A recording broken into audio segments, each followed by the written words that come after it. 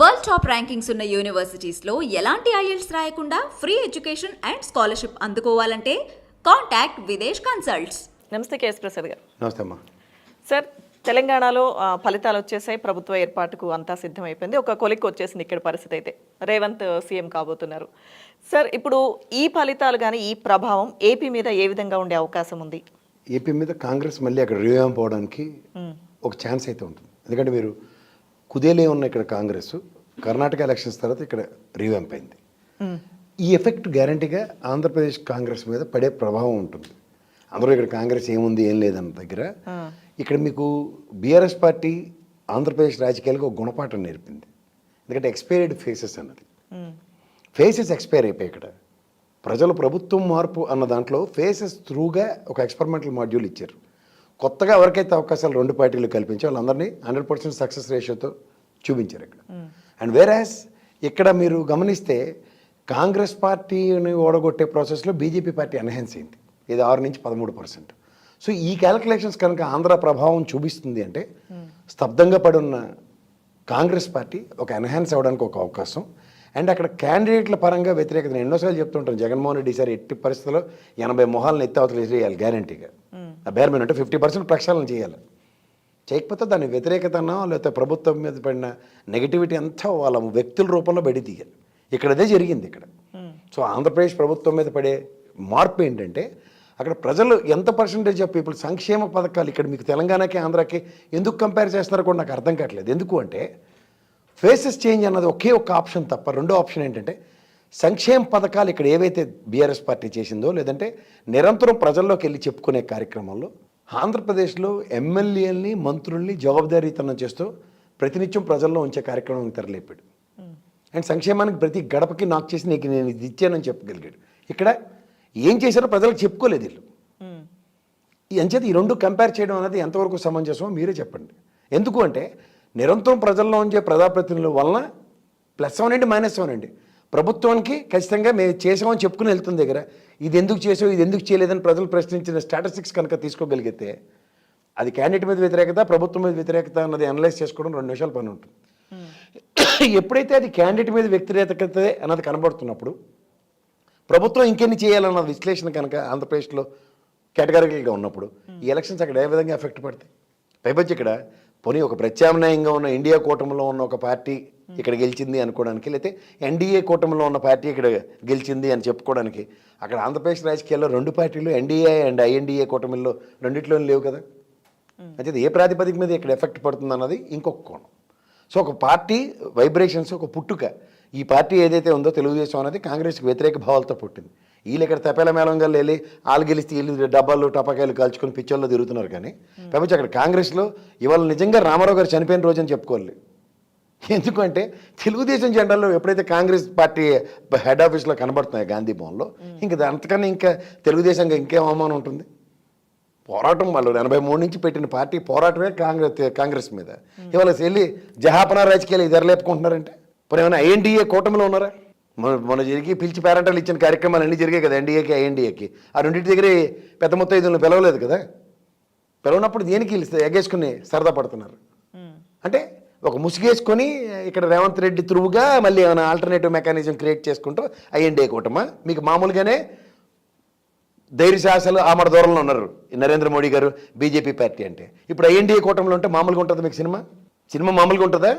అందులో ఇవాళ బీజేపీ 1000 కళ్ళతో డాక్ కళ్ళతో ఎదురు చూస్తుంది ఎవడెవడు మూవ్స్ ఎట్లా ఉన్నాయన్నది.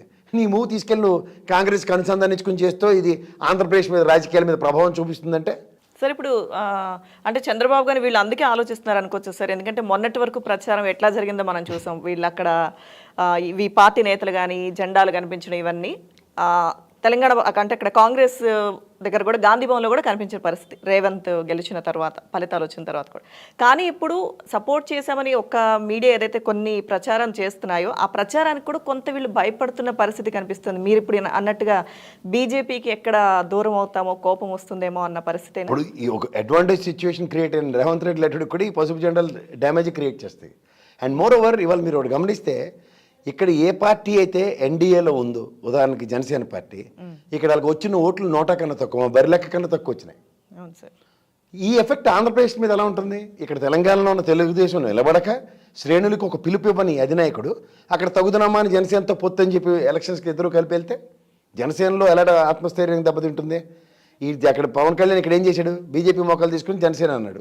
రేపు పొద్దున అక్కడ తెలుగుదేశం మోకాలు తీసుకొచ్చి జనసేన అంటే యాక్సెప్టెన్స్, కన్సిడరేషన్స్ ఇవన్నీ కూడా మళ్ళీ ప్రశ్నవలే కదా. ఒరిజినల్ ఎబిలిటీ, ఒరిజినల్ నేపథ్యం కలిగిన కొన్ని రాజకీయ పార్టీలు 42 సంవత్సరాల లెగసీ కలిగిన తెలుగుదేశం ఇవాళ ఈ జనసేన పార్టీతో పొత్తు అన్నదానికి ఇక్కడ కన్సిడరేషన్ పక్క జస్ట్ కోతవేడు దూరంలో ఉన్న రాష్ట్రంలో వీళ్ళకి సపోర్ట్ ఇవ్వనప్పుడు ఏ ప్రాతిపదిక మీద వాళ్ళిద్దరు పొత్తు జస్టిఫై అవుతుంది? ఈ విషయంలో బీజేపీ ఖచ్చితంగా పిచ్ ఆన్ అవుతుంది కదా అక్కడ. If they pitch in to the situation what they will explain జనసేనకి? నువ్వు మమ్మల్ని కాదని వాళ్ళకి వెళ్తే మాకు వాళ్ళ మీద ఎలాగో నమ్మకం లేదు, నువ్వు వాళ్ళతో ఏ నమ్మకంతో ముందుకు వెళ్తున్నావు అంటే ఎన్డీలో జనసేనకి కూడా ప్రశ్నార్థకమే కదా. సో ఈ ఎలక్షన్స్ అన్ని పరిణామాల్లో ఆంధ్రప్రదేశ్లో ఒక పార్టీ పొత్తు పెట్టుకున్న దానికి అక్కడ ఆ పార్టీ వేరే పార్టీతో పొత్తు ఉన్న దానికి ఎఫెక్ట్ ఎలా ఉంటుందో, లేదా రీవ్యాంప్ అవుతుందన్న విషయంలో ఇక్కడ తెలంగాణ వైబ్రేషన్స్ కర్ణాటక నుంచి తీసుకుంది అన్నప్పుడు ఖచ్చితంగా ఆ తెలంగాణ వైబ్రేషన్స్ ఆంధ్ర కాంగ్రెస్ నాయకులు తీసుకోవడానికి ఛాన్స్ ఉంటుంది కదా. సో అంచేత ఏ పార్టీ ఏ విధంగా పునరుత్తేజం అవడానికి ఎవరెవరు వెసులుబాట్లు కల్పిస్తున్నారంటే దక్షిణాదిని రీప్లేస్ చేసుకుందాం అనుకున్న దగ్గర ఉత్తరాదిలో వాళ్ళే మళ్ళీ రీకాంకర్ చేసి మధ్యప్రదేశ్ రాజస్థాన్తో బీజేపీ మొనాటమి అడ్రస్ చేసినప్పుడు కాంగ్రెస్ కూడా అంతే ఫోకస్ పెడుతుంది కదా. ఇప్పుడు ఆ మాటకు వస్తే ఇందిరాగాంధీ గారి మనవడు ఇద్దరు ప్రియాంక గాంధీ అండ్ రాహుల్ గాంధీ ఇక్కడ ఎలా తిరిగారు? కాళ్ళ మధ్యలో వీధి నాయకుల కన్నా ఘోరంగా తిరిగారు. ఎందుకు? కాంగ్రెస్ రీవ్యాంప్ అవడానికి. మరి ఇదే ప్రయత్నం ఆంధ్రప్రదేశ్లో కూడా చేస్తే ఇక్కడ జగన్మోహన్ రెడ్డి గారు డెసిషన్ తీసుకుని సగం ప్రక్షాళన చేశారు అనుకో, ఇదన్నీ కాంగ్రెస్ మొహాలే కదా. పునరావాస కార్యక్రమం భావ వ్యక్తీకరణలో భావాలతో విభేదించే తెలుగుదేశంతో ఖచ్చితంగా వీళ్ళంటే జెండాలు పట్టుకుపోయారు, కానీ అక్కడ వ్యక్తిగతంగా బొత్స సత్యనారాయణ గారు, ధర్మాన ప్రసాద్ గారు ఇలాంటి హైదరాబాద్ మహారాజులు పెద్దోళ్ళు ఎప్పుడు కాంగ్రెస్ నుంచి ఉన్నోళ్ళు ఏ ప్రాతిపదిక మీద వర్స్ట్ కేస్ సినారియోలో తెలుగుదేశాన్ని ఆప్షన్ కింద ఎక్స్ప్లోర్ చేసుకుంటారు? ఎందుకంటే వాళ్ళు throughout their career they fat against Telugu Desam. So అలాంటి సిచ్యువేషన్లో వాళ్ళు రీవ్యాంప్ అవడానికి ఆల్టర్నేటివ్ కాంగ్రెస్ క్రియేట్ చేస్తుంది అనుకోండి. ఎవరికి? ప్రభుత్వ వ్యతిరేకత తేల్చడానికి. ఇక్కడ అదే కదా 13% బీజేపీ చేసింది. ఈ పాఠం కాంగ్రెస్ కూడా నేర్చుకుంటుంది కదా. సో ఆబ్వియస్గా ప్రభుత్వ వ్యతిరేకత సీల్తోంది, అది ఒక పార్టీకి కన్ఫైన్ అవుతుంది అన్నది ఒక గుణపాఠం. రెండోది ఎవడెవడో పొత్తుల్లో పెట్టుకున్న వాళ్ళు ఆంధ్రప్రదేశ్కి వచ్చినకల్లా ఏ విధంగా ఆ పార్టీ సహకరించట్లేదన్న ఒక గుణపాఠం. మూడోది ఈ ప్రభుత్వ వ్యతిరేకతకి ఖచ్చిత కర్మక్రియ అనే వ్యక్తిగత నాయకులు, ఇండివిజువల్గా ఉన్న ఎమ్మెల్యేలు నియోజకవర్గాల వారిగా 2-3 మొహాలు చూసిన తర్వాత ఆ ఎక్స్పైరీ ప్రోడక్ట్స్ని ఎందుకు ఎంటర్టైన్ చేయాలన్నది ఇంకో గుణపాఠం రూలింగ్ పార్టీకి. వీటిలన్నిటి సారాంశంలో ఖచ్చితంగా ఈ మార్పు ఆ విధంగా ఎఫెక్ట్ క్రియేట్ చేస్తుందని మాత్రం చెప్పొచ్చు. ఓకే సార్, ఇప్పుడు అక్కడున్న ఇద్దరి పరిస్థితి చూస్తే ఏపీలో టీడీపీ అలాగే జనసేన, ఇక్కడ కూకట్పల్లి ఫలితాలు కానీ వీళ్ళ అంచనాలన్నీ తలకిందులైన పరిస్థితి ఉంది కదా, వాళ్ళిద్దరిది కూడా ఎట్లా వర్కౌట్ అయ్యే అవకాశాలు ఉంటాయి అనుకోవచ్చు సార్? అంటే నమ్మించి గొంతుకోవడం గురించి విన్నాం, నమ్మినందుకు మోసపోవడం విన్నాం. ఈ రెండింటిలో ఏదో పవన్ కళ్యాణ్ తెలుసుకోవాలి. దాన్ని విశ్వాసఘాతం అంటారు. విశ్వసించాడు ఆయన, విశ్వాసఘాతకం జరిగింది. పైపచ్చి అతను తెలిసి తెలియని తప్పటడుగులు రాజకీయాలే చేస్తాడు. జగన్మోహన్ రెడ్డి గారి దగ్గర విత్స్టాండ్ చేసుకోలేక ఇక్కడ ఏదో ప్రభావితం చేసి చూపిద్దామని ఎఫెక్టివ్ మేనేజ్మెంట్ని అసలు క్రియేట్ చేశాడు. ఎందుకంటే ఎక్కడ ఒక స్థానం కూడా గెలవలేదని అవమానం ఎదుర్కొంటున్న జనసేన అధినేత ఇక్కడ నేను లేకపోయినా నా పిల్లలే నిలబడి గెలిచారు అన్నది ఒకసారి చూపిద్దామని ట్రై చేస్తే 100 కన్నా తక్కువ ఓట్లు వచ్చాయి. ఆ పాటికి వస్తే బరిలెక్కలర్ దానికి పిలిచి టికెట్ ఇస్తే పార్టీ గుర్తుతో గ్యారంటీకి గెలిచింది నా అమ్మాయి. సో అలాంటివి చూస్తే చాలా ఆశ్చర్యాన్ని కలిగించే విషయాలు కనబడుతున్నాయి ఇక్కడ. ఓవరాల్గా పోరాటానికి ఆరాటమే తప్ప పోరాటానికి కావాల్సిన సామగ్రి వీళ్ళ దగ్గర లేదని ఈ ఎలక్షన్స్తో జనసేనకి తేటతెల్లమైంది. ఇప్పుడు టీడీపీ ఏమైనా పునరాలోచన చేసే అవకాశాలు ఉన్నాయా సార్? ఆ పరిస్థితులు ఉన్నాయా ఏపీలో ఎలక్షన్స్ టైం? పవన్ కళ్యాణ్ పక్కన ఉంటేనే కాస్త ధైర్యం వచ్చిందని చెప్తున్నాడు కదా చిన్నపిల్లలు లోకేష్ గారు. నేను సో అలాంటి ధైర్య సాహసాలకు ఇచ్చిన వీరిని ఇప్పుడు తెచ్చినా వదులుకోరు. ఇప్పుడు వీధి చివరి 4 కుక్కలు నాకు కరిచేస్తాయని భయం ఉన్నప్పుడు మన అమ్మ చెయ్యో నాన్న చెయ్యో పట్టుకుని అవతలకి వెళ్తాం చిన్నపిల్లలు, అవునా కదా. సో అలాంటి భయం ఉన్న లోకేష్ లేటర్లో ఉన్నప్పుడు ఏమవుతుందంటే చేయి పట్టుకుని నడిపిస్తున్న పవన్ కళ్యాణ్ వాళ్ళకి దిక్కు అవుతారు. అదైతే వాస్తవం సార్. అయితే ఇందాక మీరు అన్నారు కదా రేవంత్ రెడ్డి కూడా ఇప్పుడు టీడీపీకి సంబంధించి రేవంత్ రెడ్డి కూడా గతంలో కూడా ఆయన మాట్లాడినప్పుడు నేను చంద్రబాబు శిష్యునని ఎక్కడా చెప్పలేదు అని. సో ఇప్పుడు ఇవి ఎట్లా చూడొచ్చు అంటారు, ఈ పరిణామాలు, ఈ వ్యాఖ్యలు? ఇప్పుడు తెలుగుదేశం పార్టీ గతంలో నేను ఎన్నోసార్లు చెప్పా, నాయకులకు అవకాశం కల్పించిన దగ్గర వైబ్రేషన్స్ అండ్ డైమెన్షన్స్ ఉన్న లీడర్లు బయటికి వెళ్తే ఆ ప్రభావం తెలుగుదేశంకి చాలా ఎక్కువ పడుతుంది. ఇప్పుడు దానికి కేసీఆర్ గారిని కోల్పోయింది, ఒక రాష్ట్రం ఏకంగా పార్టీ తుడిపెట్టుకుపోయే పరిస్థితి వచ్చింది. అలాగే రేవంత్ రెడ్డి లాంటి వ్యక్తిని కోల్పోయింది, మళ్ళీ అదే రాష్ట్రంలో ఒక పార్టీకి అధ్యక్షుడు అయ్యాడు అండ్ ముఖ్యమంత్రి అయిపోతున్నాడు. సో ఇక్కడ వీళ్ళ దగ్గర నుంచి బయటకు వెళ్తే వాళ్ళు ఎన్హాన్స్ అవుతున్నప్పుడు మళ్ళీ పార్టీ పచ్చడి పోపెట్టుకుని తింటాడా? బూజు పెట్టిన ఎవరికైనా నష్టమే. అందుకే చూడు కేసీఆర్ గారు అనే వ్యక్తి ఎప్పుడు తెలుగుదేశం ప్రస్తావన తేడు.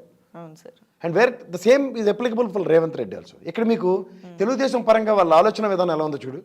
అక్కడ జగన్మోహన్ రెడ్డి గారు రెడ్డి గారిని విభేదిస్తారు, ఇక్కడ రేవంత్ రెడ్డిని మళ్ళీ నెత్తికెత్తుకుంటారు. ఇది ఎక్కడ ద్వంద్వ వైఖరి? వాళ్ళకి ఇష్టమైతే ఇంకోతో సమానం, ఇష్టం వాళ్ళకి నచ్చింది ఇష్టం కాకపోతే ఇంకా ఎవరు చేసినా తప్పే అది.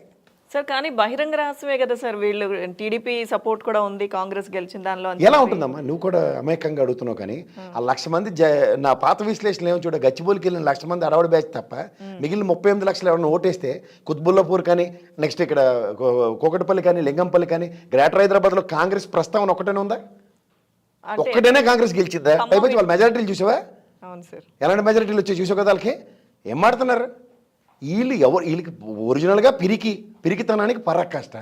ఈ లోకేష్ లాంటి ఏదో వైబ్రేషన్స్ క్రియేట్ చేయడానికి ఓ మొమెంటం ఫ్లేరప్ చేసేది అరుపులు కేకలకి ప్రభావితమైన వాళ్ళు టెంప్టెడ్ బ్యాచ్ అంటారు వాటిని.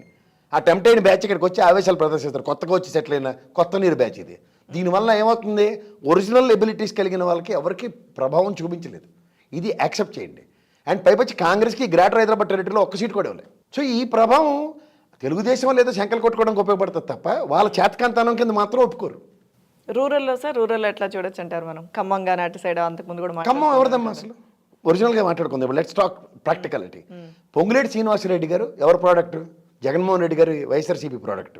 ఆయన ఫస్ట్ టైం గెలిచింది వైఎస్ఆర్సీపీ. పైపచ్చి ఆయన ఇచ్చిన ఛాలెంజ్ జగన్మోహన్ రెడ్డి గలం ఎలా ఉంటుంది, నేను ఇక్కడ కొట్టారు నేను తీసుకున్నాను, నేను కొడితే ఎలా ఉంటుంది అన్నదానికి 23కి పరిమితం అయ్యారు. ఇదే వైబ్రేషన్తో పొంగులేటి గారు కూడా అదే ఛాలెంజ్ ఇచ్చారు. ఆయన కొట్టిన దెబ్బకి ఏమైంది? 10కి 10 అలా వశమైంది. అవునా కదా? ఆయన మాటలు కాదు చేతల్లో చేసి చూపిస్తారు. అది జగన్మోహన్ రెడ్డి గారు వైఎస్ఆర్సీపీకి ఉన్న ఒరిజినల్ వైబ్రేషన్స్. ప్రాక్టికల్కి చాలా దగ్గరగా ఉంటారు.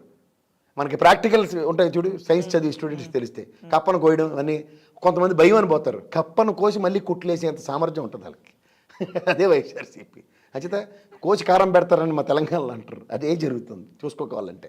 సో ఇక్కడ మీకు పొంగులేటి గారి పరంగా గెలిచిన ఖమ్మాన్ని ఆంధ్ర బోర్డర్ అనుకుంటే ఎలా క్లెయిమ్ చేసుకుంటారు? వేర్ యువర్ ప్రెజెన్స్ అనవసరంగా మీరు లేని దానికి పులేసుకుని వేసుకుంటారని అర్థం. అది ఖచ్చితంగా జగన్మోహన్ రెడ్డి గారు అడ్డా, జగన్మోహన్ రెడ్డి గారు శాసించారు పొంగులేటి గారు త్రూగా గెలిచిన అడ్డా అనే చెప్పాలి. అంటే if you really want to claim Congress కాకుండా అది తెలుగుదేశం అన్నప్పుడు ఆబ్వియస్గా product which has come from with vibrations. మరి రేవంత్ రెడ్డి విషయంలో అదే మాట్లాడతారు కదా ఇవాళ తెలుగుదేశం ఎడ్జ్ అన్నది. Same effective management. Coming to Nalgonda విషయం కూడా చెప్తా. 4 రెడ్లు 4 ఆవుల్లో విడిపోయి ఉన్నప్పుడు పులి ఒక్కొక్క ఆవుని చంపేసింది గత 2 ఎలక్షన్లో. అక్కడ ఉన్న 4 రెడ్లు సామర్థ్యం కోమటిరెడ్డి గారు, దామోదర్ రెడ్డి గారు అండ్ మళ్ళీ మన ఉత్తమ్ కుమార్ రెడ్డి గారు, జానారెడ్డి గారు కలిశారు. 4 మొత్తం ఖమ్మం టెరిటరీస్ అన్నిటినీ ప్రభావితం చేయగలిగారు రెడ్డి సామాజికం. అందుకే వాళ్ళు చూడండి 57 మంది మొత్తం రెడ్లు గెలిచారు తెలంగాణలో. సో ఇవన్నీ కనబడుతున్నప్పుడు కూడా ఇంకా ఓవర్ యాక్షన్లు చేస్తే ఏం చెప్పాలి? అంటే ఓవర్ యాక్షన్లు చేసుకుంటూ మా తాతలు నేతలు తాగారు మా మూతులు వాసనలు చూడండి అంటే పొంగులేటి గారు మా తెలుగుదేశం అంటే ఎంత అబద్ధమో ఎంత బూతో. ఎందుకంటే తెలుగుదేశం నుంచి బీఆర్ఎస్ నుంచి మళ్ళీ కాంగ్రెస్. అక్కడ మీ ప్రస్తావన లేదు. So where it comes to ఇక్కడ మీకు ఆంధ్ర ప్రభావం అన్న దగ్గర ప్రభావితం చేసి ఈ సెటిలర్లు అందరూ ఏం చేయగలిగారు? యాజ్ యూజువల్ పిరికి దద్దల్లా కూర్చున్నారు. పిరికితనం అంటారు దాన్ని. పిరికితనంతో కూడిన రాజకీయాలకి అలవాటు పడిన తెలుగుదేశం మేకపోతు గాంభీర్యాలు మాత్రమే ప్రదర్శిస్తుంది. ఒరిజినల్ ఎబిలిటీ క్షేత్రస్థాయిలో నువ్వు నేను పోరాటం చేసే దగ్గర పోరాటానికి ఆమడ దూరంలో మిగిలిపోతుంది. అది ఎంచేత ఆంధ్రప్రదేశ్ రాజకీయాల్లో ఇక్కడ పులిని చూసి నక్కవాత పెట్టుకుని రేవంత్ రెడ్డి గెలిచాడు కాబట్టి అన్న హైపోథెసిస్లో ఉన్నప్పుడు అది ఒక నేషనల్ పార్టీ. ఐఎన్డీఏలో కానీ ఎన్డీఏలో కానీ లేని 2 రీజనల్ పార్టీల మధ్యలో యుద్ధం ప్రత్యక్ష యుద్ధం కింద గమనించాలి. సార్ ఫైనల్లీ సార్, ఈ సోషల్ మీడియాలో ఇంత చర్చలు ఇవన్నీ జరిగే వరకు మరి ఎందుకు వాళ్ళు అట్లా సైలెంట్గా ఉన్నారు సార్? ఇప్పుడేమో వచ్చేసి మళ్ళీ ఇందాక అనుకున్నట్టుగా బీజేపీ ఎక్కడ ఇదవుతుందో అని చెప్పేసి వీళ్ళు భయపడుతున్నట్టుగా వార్తలు వస్తున్నాయి సార్, టీడీపీ భయపడుతున్నట్టుగా. అంటే చంద్రబాబు రిటర్న్ గిఫ్ట్ ఇచ్చారు కేసీఆర్కి, ఈ స్థాయిలో ఎందుకు సార్ ఇవన్నీ? ఇప్పుడు కేసీఆర్ నువ్వు చేసిన పనికి ఇక్కడికి వచ్చి కాంగ్రెస్తో కలిసి మాకు సపోర్ట్ చేయకుండా వాళ్ళకి సపోర్ట్ చేసినందుకు అన్నప్పుడు రివెంజ్ ఏం తీసుకున్నాడు? కేసీఆర్ అనే వ్యక్తి డైరెక్ట్గా ఎలక్షన్స్ ప్రభావితం చేయగలిగాడు. అక్కడ వీళ్ళు ఇండైరెక్ట్ ఎలక్షనే కదా, వీళ్ళు ప్రెజెన్స్ లేకుండా. ఇక్కడ ప్రెజెన్స్ కేసీఆర్ది ఉంది. ప్రెజెన్స్ లేని తెలుగుదేశం ఏం ప్రభావితం చేస్తుంది? ఆ మాటకు వస్తే జనసేనకి పిలిపిస్తే అప్పుడు మాట్లాడుందు, లేదా అఫీషియల్గా రేవంత్ రెడ్డికి సపోర్ట్ చేసి ఉంటే మాట్లాడుందు. ఒక్క ప్రెస్ నోట్ కూడా తెలుగుదేశం పార్టీ నుంచి ఆఫీస్కి రాకుండా వీళ్ళ మట్టుకు వీళ్ళు జబ్బలు చర్చుకుంటే అలా సినిమాలో బ్రహ్మానందం కూడా చూడు, ఆడికి నచ్చినప్పుడు దీపావళి చేసుకున్నట్టే ఉంటుంది. Okay sir, thank you Prasad గారు.